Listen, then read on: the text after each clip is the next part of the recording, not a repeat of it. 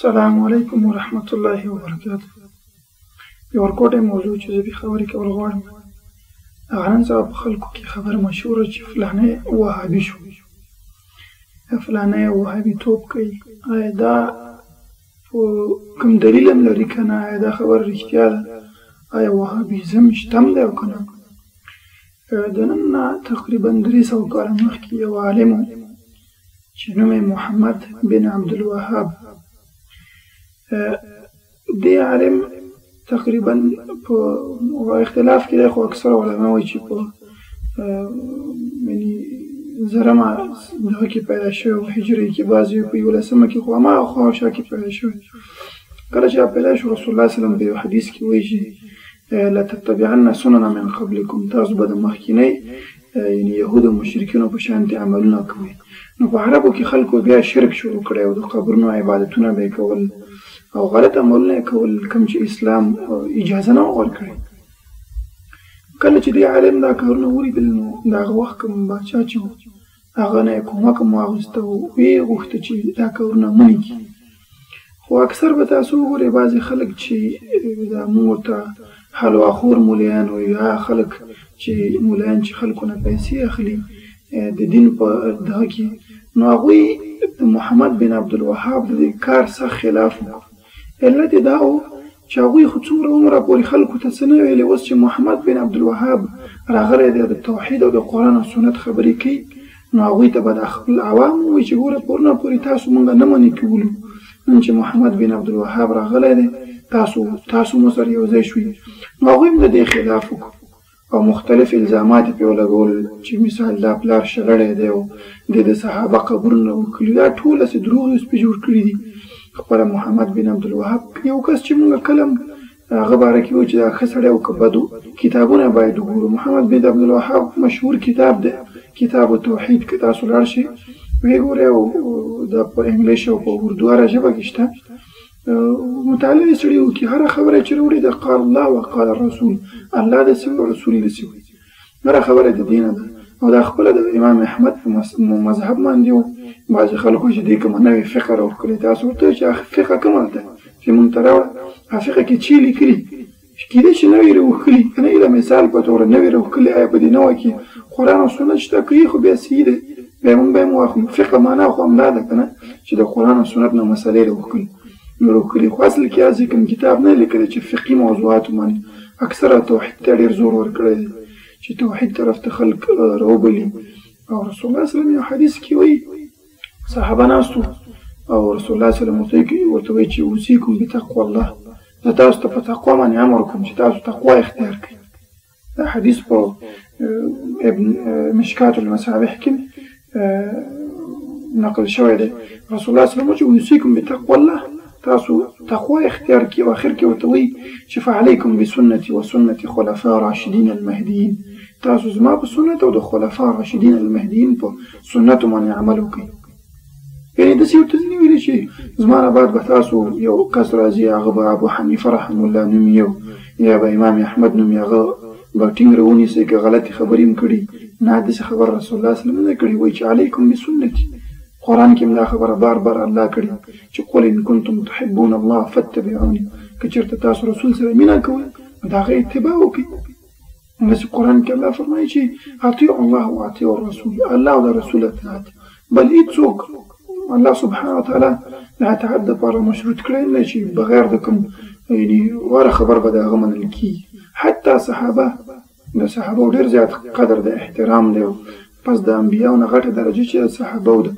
رسول الله صلی الله علیه وسلم وایي چې خیر القرون قرني ثم الذین یلونهم ثم الذین یلونهم، بهترین زما قرن دی، زما صحابه، بیا تابعین دي، بیا تبع تابعین، دا بهترین دي. بل حدیث کې رسول الله صلی الله علیه وسلم وایي که تاسو د احد د غر قدر صدقه ورکړي، زما د صحابه یو مد قدر صدقه چې ورکړي، هغه ته ستاسو د صدقه نشي رسېدلی، دومره هغوی ایمان کلک و. خو دا یو اصول دی په دین کې چې هر انسان نه غلطي کېږي. لکه مثال به زه یو دوه دانې ورکړم. عمر رضی الله عنه په صحیح بخاري کې نقل دی چې هغه به تیمم، څوک به چې جنوب شو هغه به ویلي چې دا تیمم نشي کولی، او دې باره کې ښکاره د قرآن آیت دی. اوس موږ د چا خبرو منو؟ حدیث کې مشته، حدیث خو دې کې د قرآن کې مشته، سوره مائده کې. آیا موږ د عمر رضی الله عنه پسې لاړ شو که نه د رسول الله صلی الله علیه وسلم حدیث پسې؟ موږ به وایو چې د عمر رضی الله عنه درجه ډېره غټه ده. رسول الله صلی الله علیه وسلم وایي که ما نه بعد کوم نبي وای هغه به عمر رضی الله عنه. خو انسان نه غلطي کېږي دې مسله کې. موږ رسول الله صلی الله علیه وسلم حدیث راخلو. همدغسې امامان هم 4 دانې امامان دي، خلک اکثر احترا او دروغ موږ پسې تړي چې د امامانو ته سپکې کردار کوي. رسول الله صلی الله علیه وسلم وایي چې مسلمان فاحش نه دی، غلطې خبرې نه کوي. موږ خو مسلمان ته غلطه خبر نه کوو، امامان خو پرېږده، هغوی غټه درجه لري. او دا خبره کوو لکه خپله امامانو کړي چې زمونږ خبره که د قرآن او سنت مطابق وواخلي که نه ومې اخلي. دې خبره کې خو هر انسان باید په دې باندې عمل وکړي، دې مطابق خپل ذهن جوړ کړي. داسې نه چې ولا زما یو امام دی نه یې نوم پېژنم نه مې د هغه کتاب ویلی دی، صرف د ملایانو نه مې اورېدلي دي چې ولا مونږ ته دین اسانه کړی. دا خو داسې خو نه ده. مثال د اکثر داسې مرکو مثال کړو 4 امامان 4 لکه حدیثونه یو امام که تارې ونیو صرف په 1 لک به عمل وکړي. که 4 عمل باندې خبره دې راواخیسته قرآن او سنت مطابق دې وتلله نو 4 یعنې دا حق به ته وویني چې حق چا سره دی. خبره بل طرف ته لاړه چې محمد بن عبدالوهاب خلکو دعوت کوم طرف ته ورکړو؟ قرآن او سنت طرف ته، چې راشي قرآن او سنت طرف ته. مثال قبرو باره کې رسول الله صلی الله علیه وسلم مختلف ارشادات دي چې تاسو قبر مه پخوئ. رسول الله صلی الله علیه وسلم په حدیث کې وایي چې تاسو قبر رسول الله صلی الله علیه وسلم چې قتل الله اليهود، لعنت دی په یهودیانو باندې. ولې؟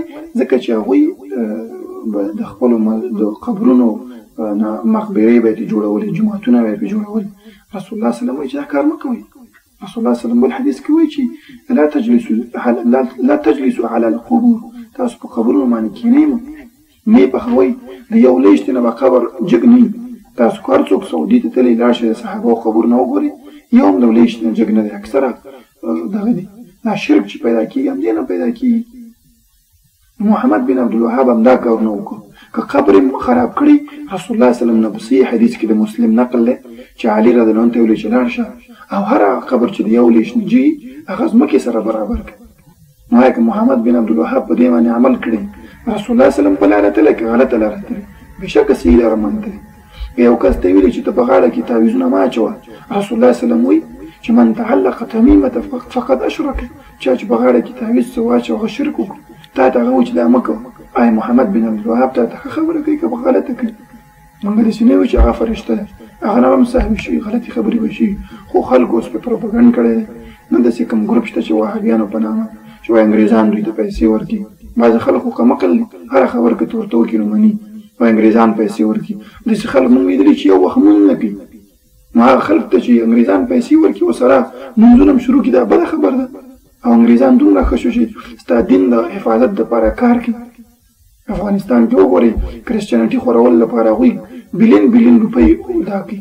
آیا اسلام خورولو لپاره هغه داسې کار کوي؟ دا ټولې افواګانې دي، کوم دلیل نه لري. هر انسان صاحب عقل د عقل الله ورکړی، لږ سوچ دې به وکړي. د محمد بن عبدالوهاب یا څوک چې د وهابیانو په نامه یادېږي داسې کوم ګروپ شته نه دی. دا په کله چې انګرېزانو هندوستان او پاکستان باندې حکومت و بر صغیر به ورته ویل، نو هغه وخت کې 2 کسان انګرېزانو را پیدا کړ. یو نوم مرزا غلام احمد او د بل نوم احمد رضا خان بریلوي. دا یې را پیدا کړ او د مجاهدینو په خلاف دا استعمال کړ. دوی به هر چا چې جهاد کوه نو هغه ته به یې د وهابي نامه ورکوله. حتی یو قصه کې راځي وایي یو دوکاندارو هغه هندو سکو خو دغه ورته ویلي مولا چې ما ته سودا ارزان راکړه. ولې ارزان یې درکړم؟ وایي راکړه که نه زه تا باندې د وهابي ټاپه لګوم. داسې یو دغه ته رسېدلي. بعضې وایي چې فلانی په مونځ کې ازاد ودرېږي وهابي دی. آیا ته دې پوښتنه وکړه چې ته مونځ کې ازاد ولې ودرېږي؟ ته په سینه باندې لاس ږدې ولې ږدې؟ ته امین په زوره وایې ولې ږدې؟ حتما به ته دلیل درکړي. زه خلکو ته چې وهابي کوي د خپل مونځ هغه الف ب هم ورته نه معلومه. خو چا ته چې تاسو د وهابي نوم دی پوښتنه دې وکړه چې ته ما ته د الله اکبر نه چې سلام ګرځې د مونځ ته د حدیث نه ثبوت که حتما به دلیل درکړي چې فلانی عمل چې زه کومه دې حدیث کې راغلی. کېدای شي هغه ساعت باندې ورسره نه اعتراف وړي. خو څوک چې بس ایله تقلیدي کوي چې پلاره د مونځ راښودلی دی هغه پسې روان. نو باید موږ سوچ وکړو. دنیا کې نو وهابیزم شته دی، نه دا څلور مذهبونه چې خلک وایي څلور مذهبونه دي وکړه د یو نه ووتې 30 ډوډۍ به خورې فلانۍ به خورې خپل ابو حنیفه رحمه الله وایي چې علیکم بالآثار وطریقة السلف د سلفیانو د اهل حدیثو لار ونیسئ خپل ابو حنیفه رحمه الله څوک هغه چا مقلد نه قرآن او حدیث دغه منهج چې هغه په قرآن او سنت جنت ته تللی شي موږ ولې نشو تللی په قبر کې به ما دا پوښتنه کوي ما نه پوښتنه کوي چې من ربکم رب دې څوک دی دین دې څه دی رسول څوک رسول الله صلی الله علیه وسلم نو دا باید یو غلط سوچ فکر دی چې مونږ کې را پیدا شوی دی او دې نه ځان دغه کو قبرونه پخول تعویضونه غاړه کې اچول یا داسې نور غلط عملونه کول دا بېشکه د محمد بن عبدالوهاب په کتابو کې دې ما رد شته خو دا په حدیثو کې دي هره خبره معنی هغه حدیث ورکړی دی تاسو نه لاړ شئ کتاب توحید واخلئ تقریبا زما په خیال داسې شپېته چپټرې لري نو هر یو باب معنی حدیث قرآن حدیث باید د توحید حفاظت وکړو او داسې صوفیان شیعهګان چې کوم دین ادعا کوي خرابوي هغه چې خلک موحدین دي قرآن او سنت طرف ته خلک رابلي هغوی ادعا کوي بدنامۍ په مختلفو نومونه باندې دا کله رسول الله صلی الله علیه وسلم سره شوي رسول الله صلی الله علیه وسلم چې کله په مکه کې تبلیغ شروع کړو نو د مشرکین مکه به اوس تبلیغات کول چې دا ساحر دی دا جادوګر دی دا فلانی دی فلانی دی دا خو هغو پسې ویلي بیا اوس په بعضې داسې وایي چې تاسو د مور او پلار لاره ولې رانیسئ نه رانیسئ د نیکو لاره ولې نه رانیسئ نو صحیح دی زما مور او پلار بنګله کې نه دی اوسېدلی زه به هم نه اوسېږم زما مور او پلار موټر کې نه دی تللی زه به هم نه ځم زما مور او پلار ډاکټر نه و زه به هم نه ځم زما مور او پلار په ځنګل کې اوسېده زه به هم نه ځم دا کوم منطق دی واقع دی دا خبره فرعون دغه ته کړې وه موسی علیه السلام ته کله چې موسی علیه السلام ورغی سوره طه کې دا ذکر شته چې